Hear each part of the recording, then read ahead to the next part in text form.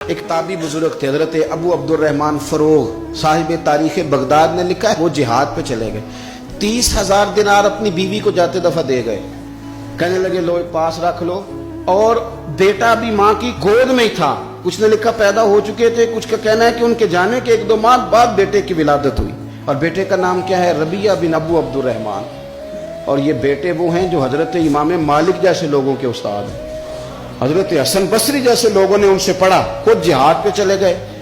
آج تو فوجیوں کی نوکری ہے نا جی، ان کا یہ نظام ہے کہ وہ جاتے ہیں، انہیں تنخواہ ملتی ہے، چھٹی پہ آتے ہیں۔ اس زمانے میں یہ تھا کہ مال غنیمت سے حصہ ملتا تھا، اور فتوحات کا یہ طریقہ تھا کہ یہ علاقہ فتح ہوا تو آگے چلے گئے، وہ فتح ہوا تو آگے چلے گئے، وہ فتح ہوا تو آگے چلے گئے، کسی نے لوٹنا ہے تو پابندی نہیں تھی، لوٹ سکتا ہے۔ کچھ لوگ جہاد میں ہی رہتے تھے۔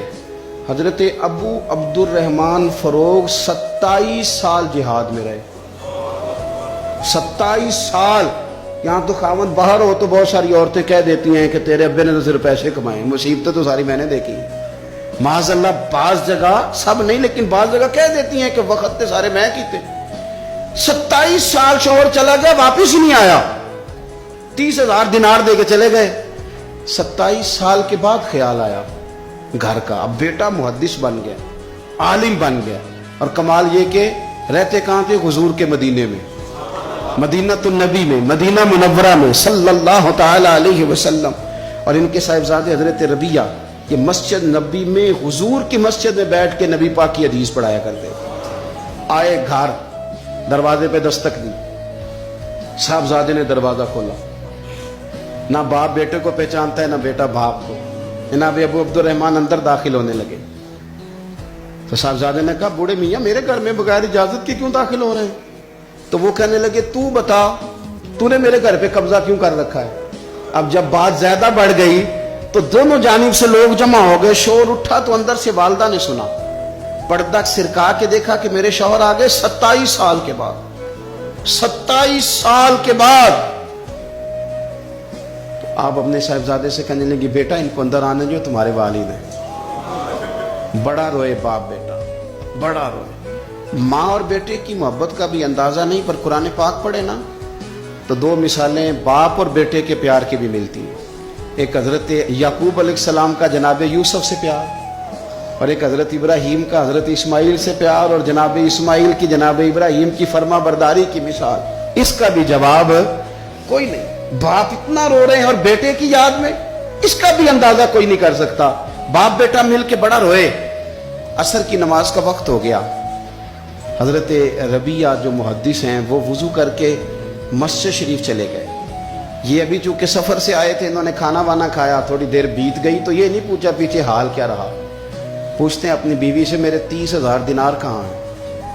تو اہلیہ کہنے لگی مسجد جائیں نا، حضور کی مسجد میں عصر پڑھ کے آئیں، پھر میں بتاتی ہوں پیسے کہاں ہیں۔ حضرت ربیعہ نے امامہ باندھا، جبہ پہنا، حضور کی مسجد میں بیٹھے اور حدیث پاک کا درس دے رہے ہیں۔ سامنے حضرت حسن بصری جیسے، امام مالک جیسے لوگ بیٹھے ہیں۔ حضرت ابو عبدالرحمن فروغ جو ان کے والد تھے، عصر کی نماز پڑھ کے نا تو پوچھتے ہیں ایک شخص سے، یہ کون ہے نوجوان کالی داڑھی والا، عمر زیادہ نہیں پر کس طرح شوق سے حضور کا دین بیان کر رہا ہے، کون ہے؟ تو بتانے والے نے کہا کہ حضور ایک نا ابو عبدالرحمن نام کے بزرگ ہیں، وہ 27 سال سے جہاد میں گئے ہوئے ہیں، یہ ان کا بیٹا ہے۔ یہ سنا کہ میرا پتر اتنا بڑا عالم، چھم چھم آنسو گئے، داڑھی بھر گئی آنسو، حضور کی مسجد میں تشکر کے آنسو، خوب روئے، خوب روئے۔ اٹھے گھر گئے، اور جب آنسو بھرا چہرہ لے کے گھر آئے تو اماں ساری بات ہی سمجھ گئی، کہنے لگی دیکھا ہے وہ بیٹے کو حدیث پڑھاتے، اب پتہ چلا میں نے آپ کے 30,000 دینار کہاں خرچ کیے، میں نے آپ کا پیسہ ضائع تو نہیں کیا۔ حضرت ابو عبدالرحمن فروغ فرمانے لگے رب تجھے صلہ دے اور میری طرف سے بھی دے، تو نے تو کمال کر دیا ہے۔